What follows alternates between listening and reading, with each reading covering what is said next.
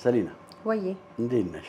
ደህና ነኝ። ዛሬ ፈገግታሽ ሞቅ ብሏል። አዎ ምክንያቱም አጀንዳው ያንቺ ስለሆነ ማለት ነው። አይ ሰኞንም እንደዚህ ፈገግ ብለን መጀመር ጥሩ ነው። ፍቅር ላንቺ ምንድን ነው? ፍቅር ለኔ ባዶ እግር መሄድ ባዶ እግር መሄድ በባዶ እግር መሄድ ሰምቼው አላውቅም። ይሄ ማብራሪያ ይፈልጋል የእውነት። አዎ እንደ የሰው እንደ አመለካከታችን ይለያያል አይደል? የሆነ ነገር ላይ ነው የሰማሁት ይሄንን ነገርና በጣም ተመችቶኝ ከዛ በኋላ ነው አመለካከቴን የቀየርኩት። በባዶ እግር ስትሄድ እንደ መንገዱ ምቹነት እንደ አስፓልቱ ምቹነት ጫማ አለማረግህ ይሄ ጫማ አለማረግህን ፊል እስከማታደርገው ድረስ በምቾት ልትሄድ ትችላለህ። ኮረኮንች ቦታ ላይ ስትሆን ደግሞ መራመድ እስከሚያቅትህ ልትቆስል ልትደማ ትችላለህ። ግን መሄድህን አታቆምም። መንገዱ አልተመቸኝም ተብሎ ወይ ደግሞ ቆርቆሮኛል ብለህ መሄድህን አታቆምም። ልክ ስትደማ እግርህን ማንሳት ሲያቅትህ ከዛ ቦታ መንገድህን ለቀህ ትሄዳለህ። በምን ትሄጃለሽ? እግርሽ እኮ ማንሳት አቅቶሻል። ወደ ሌላ መንገድ ትሄዳለህ። በዛ መንገድህ በዛ ሆኖ ሲቆረቁረህ ምን ሲል ችለህ ትሄድና መጨረሻ ላይ ሲበቃህ ግን በዛ መንገድ መሄድ ትታው ትመጣለህ። መንገድህ ሲመችህ ደግሞ ትቀጥላለህ ማለት ነው። ያው እንግዲህ ያንቺ ፍልስፍና አልገባኝም ዛሬ ትንሽ ተፈላሰፍኩብህ። ጠንከር ምናምን ነገር አለብኝና ምን ማለት ነው አሁን የፍቅር መገለጫን አወሳስበሽ ልትገልጪው አስበሽ ነው ፍቅር በባዶ እግር መሄድ ነው በሚለው ትርጓሜ መጣሽ?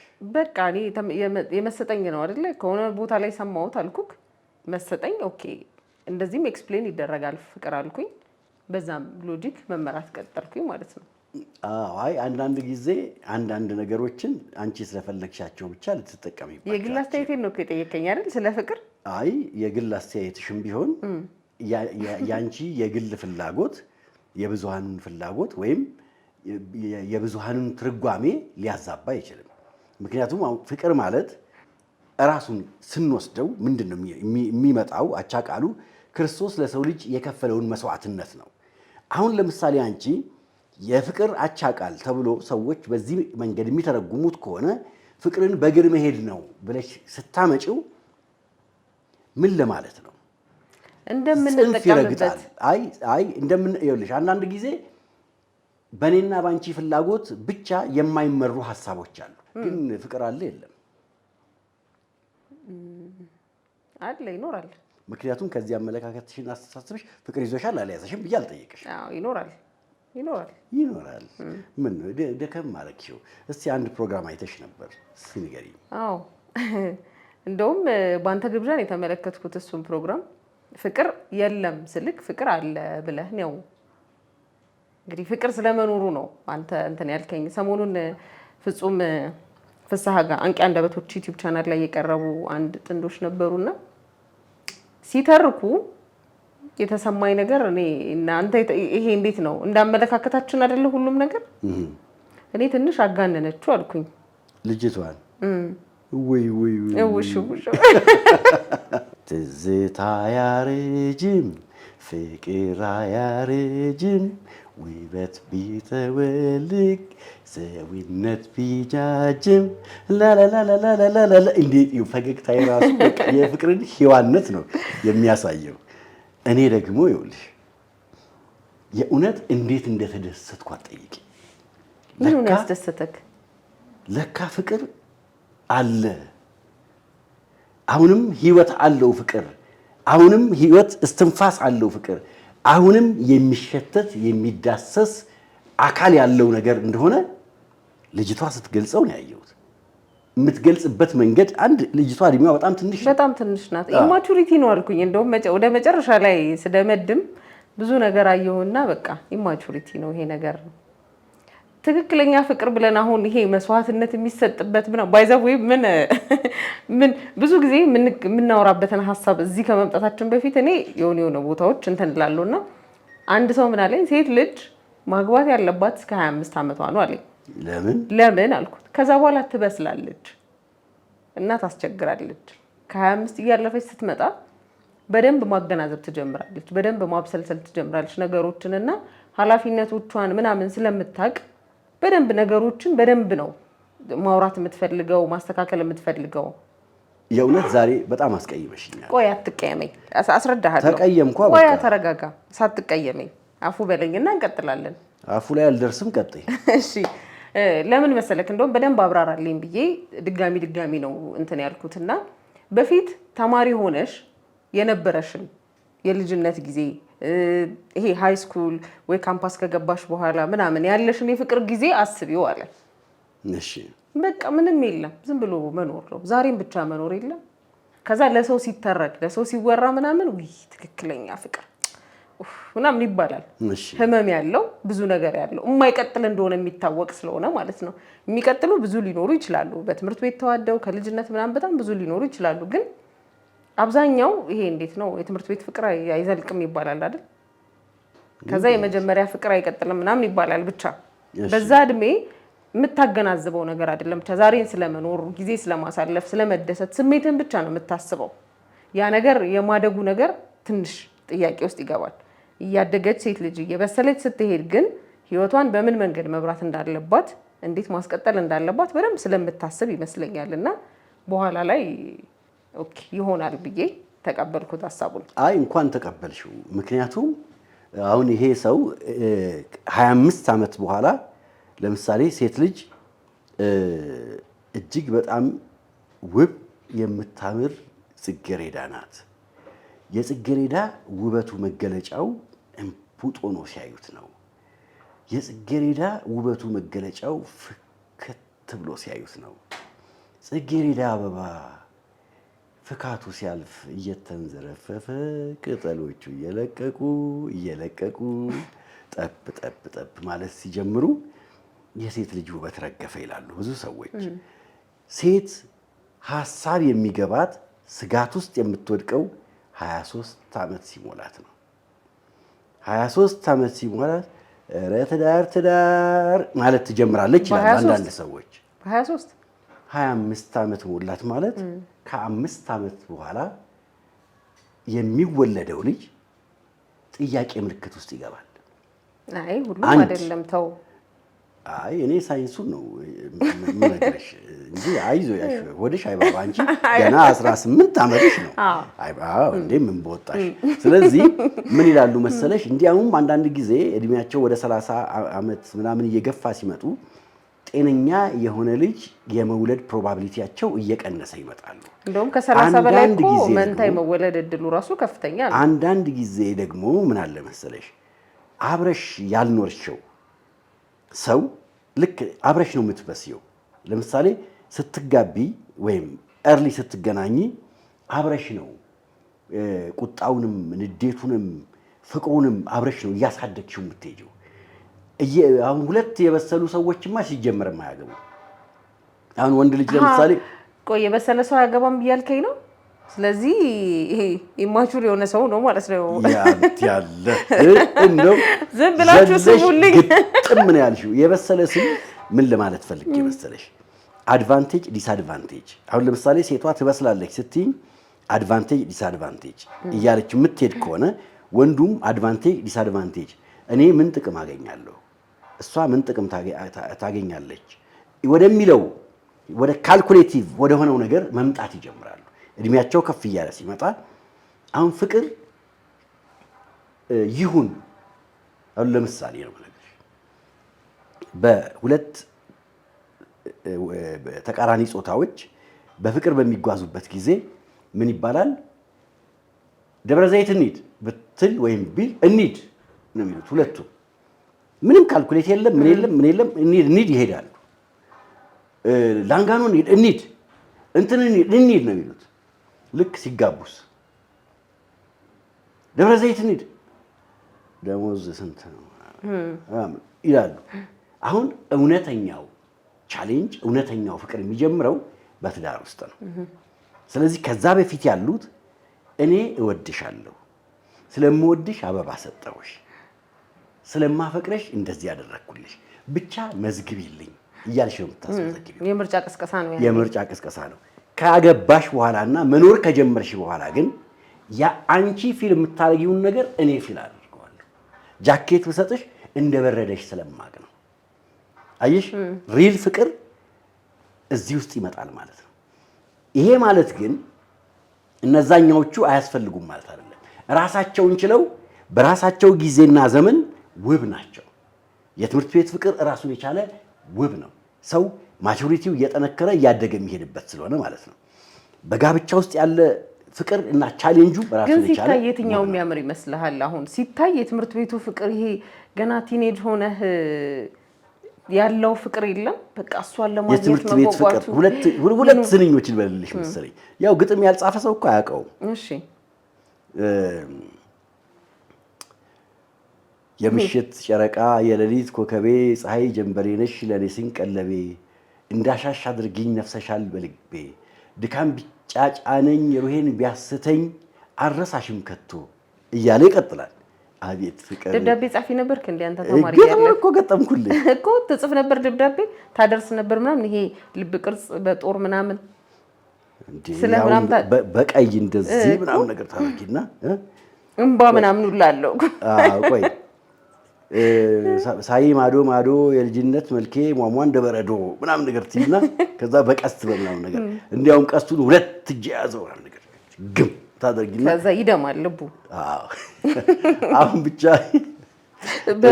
ወደ ዋናው ርዕሳችን ሳንሄድ ሰዓታችን እያለቀ ነው እና ልጅቷን በጣም ወደድኳት። ልጅቷን በጣም የወደድካት ለምን እንደሆነ ልንገርህ። በቅድም ጀምሮ እየሰማኸኝ አይደለም? አንተ የፍቅር ኃያልነት እየታየህ ነው። ልጅቷ ማውራት ስለቻለች ነው። የተረከችበት መንገድ ነው የማረከክ። ፍቅረኛዋ መጥቶ ሲያወራክ ሰምተው ከሆነ እሱ ያወራበት መንገድ ትንሽ ይሄ እንድትሰማው የሚጋብዝ አልነበረም፣ ወይ ደግሞ እሱ መተረክ ላይ ጥሩ አልነበረም። ስትተርክ ፍቅራቸውን የኖሩትን ምናምን ጆሮህን እንድትሰጠው ያደርግሃል አተራረኳ። ግን በዛ መንገድ እኮ ማለፍ በጣም ከባድ ነው። ይሄ ለቤተሰብ ጥለ ምናምን መስዋዕትነት ከፍላ የምትሄድለት ፍቅር እድለኛ ስለሆነች ተሳካላት እንጂ እሷ እንደዚህ መስዋዕት ከፍለው ስንት ጎዳና ያወጡ ሰዎች አሉ እኮ። ፍቅር ሁልጊዜ ይሳካል ማለት አይደለም። ቢኖር ጥሩ ነው። ፍቅር እያለ አብረህ ብትኖር ጥሩ ነው። ሰሊና ፍቅር እኮ መስዋዕትነት ነው። እውነት ነው። ግን ሁልጊዜም ደግሞ ይሰራል ማለት አይደለም። መስዋዕት ስለከፈልክ ብቻ አንድ ሰው መስዋዕት ስለከፈለ ብቻ ፍቅር ይቀጥላል ማለት አይደለም። የሆነ ሰው እየደማ የሆነ ሰው ዋጋ እየከፈለ ብቻ በፍቅር ስም መኖር አለበት ብዬ አላስብም። ፍቅር የሁለት ሰዎች ጥምረት ነው። የሁለት ምሰሶዎች መቆም ነው ፍቅርን ፍቅር አድርጎት ቤት የሚያደርገው። ሰሊና እኔ እና አንቺ እኮ ስለተሳካላት ነው የምናወራው። ያቺ አይኗን ቁልጭ ቁልጭ ቁልጭ እያደረገች ስታወራ ቅድም አንቺ እንዳልሽው በጣም ደስ የምትል የሱ ከጎኔ ሲሆን ደስ ይለኛል። ባልበላ ባልጠጣ ምግብ ምን አባቱ ለዚህ አይደል እንዴ አጋነነች። ይኸውልሽ ለምሳሌ ፍቅር በጣም ደስ የሚለው ስትኖሪው ነው። ለምሳሌ አይንሽን ጭፍን ስታረጊ ቪዥዋላይዝድ የምታረጊው የምትወጂውን ሰው ነው። አይንሽን ቀስ አድርገሽ ግልጥ ስታረጊው ማየት የምትመኘው ያንኑ ሰው ነው።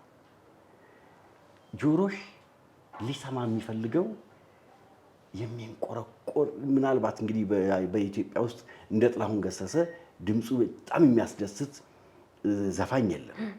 በቃ ላንቺ ከጥላሁን ገሰሰ የሚበልጥ ድምጽ ያለው ሞዶ ሰው ነው። መረዋ የሚንቆረቆር በጆሮሽና መስማት የምትፈልጊው ያን የምትወጂው ሰው ነው።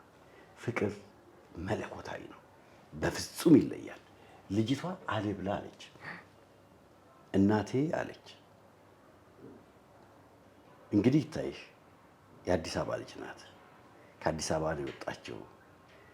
ከአዲስ አበባ ወጣ ገጠር ውስጥ ነው የምትኖረው። አትክልት ምናምን ነገር መሸጥ ፈለገች። ከዛ እናቷ ልትገዛት መጣች። እናቷ ተናዳባታለች። እናቷ ያረገችው ጫማ በልጅቷ አገላለጽ እንዴት እንደሚያምር አላውቅም። እኔ እንደው ከለርፉል ሁሉ የሆነ ነው የሚመስለኝ። እና እንግዲህ ቪዥዋላይዝ ስናደርግ ልጅቷም በራሷ ህልም በራሷ እይታ እኔም በራሴ እይታ ስለሆነ የማየው በቃ የሚያምር ጫማ ነው ወጭ እና እናትየው ልጇን እዛ ቦታ ተቀምጣ ስታያት ቆሽቷ ርር ድብን እያለ ይሄ ስንት ነው ነገረች።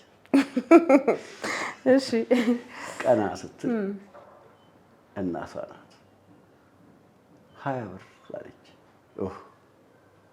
ኢሳያስ ልጅቷን በጣም ወዳሃታል። ፍቅር እኮ ነው እንዲህ የሚያደርገው። ፍቅር እውር ነው። አዎ እኮ በቃ አሁን እሱ ራሱ እኮ በቃ እስቲ ይኸውልሽ አንድ እናትና ልጅ እያቸው እስቲ እናት ልጅ የእናቷን ጫማ አይታ ጫማው ያምራል ብላ ቀና ስትል እናቷ ናት። እናት የተጎሳቆለች ልጇን በፍቅር ሰበብ ለእናትየው ሰበብ ነው፣ ለልጅቷ ግን ሪል ነው። ሰበብ የተጎሳቆለች ልጅቷን አይታ በእናት አንጀቷ ስፍ እያለ እንደገና ደግሞ እንደ ልጅ እቅፍ እንዳታረጋት ልጅቷ ተስፋ እንዳታደርግና አንድ ቀን ያንን ትዳር ብን አርጋ ጥላው እንድትመጣ ስለምትፈልግ አይ ምን ብላ ነው ግን ሄደችው ልጅቷ? ብትሞቺ አልቀብርሽም። አዎ ቆይ ስንት ነው አለቻት። አየቻት 20 ብር ከፈለቻት። ገባሽ? የእናትነትና የልጅነት አንጀት እዛ ጋር ብጥስ ብሎ ወደቀ ነው የሚመስለው። ይሄን የምተነፍሰው ለማን ነው? ለምታፈቅረው ሰው። ሰሊና የምታፈቅሪው አያሳጣሽ። አሜን አሜን አሜን። ምርቃት ጥሩ ነው ብለሽ የምትተነፍሽበት አትጪ። የእውነቴን ነው ማለት አሜን። ልጅቷ ሄዳ እንደዚህ ሆንኩ እኮ ጫማዋ ምናምን ስትለው እኔ እገዛለሁ። ገንዘብ እኮ ኪሱ ላይኖር ይችላል። እኔ እሞላልሻለሁ። እኔ እያለሁ አንቺማ ጫማ አትቸገሪም። ጫማው እኮ አይደለም አለች። አንተ ከጎኔ ካለህ እኔ ሙሉ ነኝ። ይሄ ነገር ግን እኔ ልክ በሁለት ነገር ብናየው ጥሩ ነው። አንድ ራሳቸውን ችለው ኢንዲፔንደንት ሆነው ራሳቸውን ችለው የፍቅር ጓደኛ ኖሯቸው እንደዚህ አይነት መሰናክል ከቤተሰብ የመጣ ሪጀክሽን ሲኖር ምናምን አይ ፍቅር ይበልጥብናል ብለው ለሚሄዱ ሰዎች ትልቅ የዓላማ ጽናት ነው። አንተ እንዳወራኸው አንተ እንደተረከው ልጅቷም እንዳወራችሁ ማለት ነው። እድሜያቸው ገና ከ18 ዓመት በታች ለሆኑ ህጻናት ሰሞኑን ግን እየወጡ ያሉ እንደዚህ አይነት ቪዲዮዎች አሁን ትልቁ ዓላማዬም እዚህ ጋር ለመናገር ያሰብኩት ምንድነው ለነሱ ፕሮሞት ማድረግ አይሆንም ወይ? ችግር የለውም ትምህርታችሁን ጥላችሁ ቤተሰቦቻችሁን ጥላችሁ ፍቅርን ተከትላችሁ ሂዱ ማለት ልክ ነው ወይ? ሁሉም ነገር እድሜ ያለው ሁሉም ነገር ጊዜ ያለው አሁን እነሱ ከ18 ዓመት በታች የሚማሩበት ከቤተሰቦቻቸው ጋር የሚያሳልፉበት ነው እንጂ ምን ነው ሰሊና እኔ አሁን እድሜያችሁ ለጋ የሆነ እድሜያችሁ ቆይ እድሜያችሁ ያልደረሰ እያልኩ ልክ ፕሮሞት ያረኩ እኮ አስመሰልሽው። ይው ነው አይደለም ምልክ እኛን እነሱን እንደሚያዩ እኛን የሚያዩን ደግሞ በጣም ብዙ አሉ። እኛ እዚህ የተቀመጥንበት ትልቁ ዓላማ ምንድነው?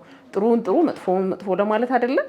አሁን ጥሩን እንደ ጥሩነቱ ጥሩ እያለን ነው። ልጆቹን ግን በጣም አሁን ይልክ የተማሪዎች አሁንም በደንብ አጸኖት የምንሰጠው ተማሪዎች ትምህርት ቤት ላይ ለሚጀመር ፍቅር ራሳችሁን ላልቻላችሁ ሰፈር ላይ አሁን እንኳን ቀርቷል መሰለኝ ወይ እንግዲህ እኔ አጋጥሞኝ አያውቅም የሚላከፍ ሰው ራሱ በእንደዚህ አይነት መንገድ የሚያልፉ የሚላከፍ ሰው እኛ ልጆች ሆነን አልኩያው ትልቅ ሰው እኛ አሁን በፊት ተማሪዎች ሆነን ምናምን ስናልፍ የሚቀመጡ ነበሩ ደጃፍ ላይ ምናምን። እኔ እኮ በአጋጣሚ ገባሽ አንቺን ሳይሽ ከቢሮ ወጥተሽ ቤት እስክትደርሺ 20-30 ሰው ምናምን ነገር የሚለክሽ ነበር የሚመስለኝ። ትምህርት ቤት ላይ ያሉትን ነው። አይ ሰሊና ይኸውልሽ አሁን እኛ የትምህርት ቤት ፕሮግራም አይደለም እየሰራን ያለ ነው። ተጋብተው ወልደው በፍቅር ስለሚኖሩ ሰዎች ነው። ለነዚህ ማስተማሪያ እንዲሆነ ነው። ግድ የለም ለነሱ ሌላ ፕሮግራም እንሰራላቸዋለን። አሁን ግን ተጋብተው ወልደው እጅግ በጣም በጋብቻቸውና በኑሯቸው የተደሰቱ ሰዎች ናቸው። ደስ ብሏቸው እርክት ብለው የሚኖሩ ሰዎች ናቸው። አሁን አየሽውልሽ የልጅቷን የዓላማ ጽናት እንወሰድላት። የልጅቷ የዓላማ ጽናት ምንድነው ብትይኝ በትዳሯ መደሰቷና ችግሮችን ሁሉ ለማሸነፍ የምትሄድባቸው መንገዶች ነግዶ ሰርቶ ለማትረፍ ያላት ህልም። አሁን እቺን ልጅ መቃወማት እኔ ህልም ባይኖራት ነበር። ገንዘብ ከባሏ ኪስ የሚወጣው ገንዘብ አንድ ቀን ምሳ የምበላበት ለአንድ ሳምንት የሆነኝ ነበር ብላ የምትቆጭ ብልህና ጠንካራ ሴት፣ ሰርቶ የመለወጥ ጽኑ ፍላጎት ያላት ሴት። እቺ ሴት ትለወጣለች። ነገ የሚገርሙ መኪናዎች፣ የሚገርሙ ህንፃዎች ወይ የሚገርም ትልቅ ተቋም እንደሚኖራት እኔ አልጠራጠርም። ለዚህ ነው ሳያት ረጅም እንደምትጓዝ የገባኝ። የፍቅር ኃያልነትና ጽናት በፊቷ ላይ ሲያንጸባርቅ ያየሁት። እንደነዚህ አይነት ሰዎች እንዲበዙልን ነው የምመኘው ሰሊና። እኔ ግን በጣም ያስገረመኝ አብዛኞቹ ሰዎች እንዳንተ ፍቅርን አየነው የኮመንቱ ማለት ነው። ከአንድ ሺህ በላይ ኮሜንት አለውና ፍቅርን አየነው በቃ ከስንት ዓመት በኋላ ፍቅር የሚመስል ፕሮግራም ሰማው ምናምን የሚል ማለት ነውና ወረድ ስል ደግሞ ምን አገኘው? አይማ መስተፋቅር አሰርቶባት ነው ላይክ ላይክ ያረክሽው መስተፋቅር አሰርቶባት ነው። አንቺ ደግሞ ቅናተኛ ምናምን ላይክ ኔጌቲቭ ለምን እንደሳሰ አይ ስቀልድህ ነው። ላይክ አላረኩም፣ ግን እነሱንም እየተመለከትኩ ነበረ። እሺ ስታወራ ትንሽ እቀና አለውኝ እኔ ከሌላ ሴት ጋር ካወራ ለምን አሳሳካት ለምን ሳቀችልህ ምናምን እንዴ ምን ሆና ነው እስከምል ድረስ እኔም ትንሽ የታዘብኳት ግነት በዛ የሚያልኩበት እዛዛ አካባቢ ነው። እና አሁንም ሳወራው አለች እንትን ላለው እናደዳለሁ ብላ አንቧዱ ብሲ ውይዬ እኔ እናት እቺ ጅማ ገና ልጅ ናት እኮ ብዬ አልኩኝ። ከስንት ዓመት በፊት የነበረ ታሪክ አስታውስ አሁን ካለቀሰች ይሄ ፍቅር ነው እና ጡጧን ጥላ የመጣች ህፃን መሰለች እንደዛ የኔ እናት ውሽ እያልኩኝ ነው እንትን ያልኳት የነበረው። አበባውስ ይዞላት ሲመጣ ወይ እሱ ደስ ይላል። እሱ እንኳን ማንኛውም ሰው ሊያለቅስ ይችላል። ማልቀሱ ኤክስፔክትድ ነው፣ ግን ደስ ይላል። በቃ ይሄ ፍቅር መገለጫ አይደለም። ግን አባባሏስ ውይ መጣ እንዴ ነው ምናምን ነው ያለችው። አልመጣም ብለህ ነበር። እኔ ውድድ አድርጊያታለሁ። አሁን ይኸውልሽ ለምሳሌ እንደው ፊልም የሚሰራ ቢሆንና እሷን በቃ ይሄ በጽኑ ፍቅር ላይ ያለችን ሴት ካራክተር ብንሰጣት እኔ በጣም ምርጥ አድርጋ ልትጫወተው ትችላለች ብዬ ነው ህይወቷ ስለሆነ ብለክ።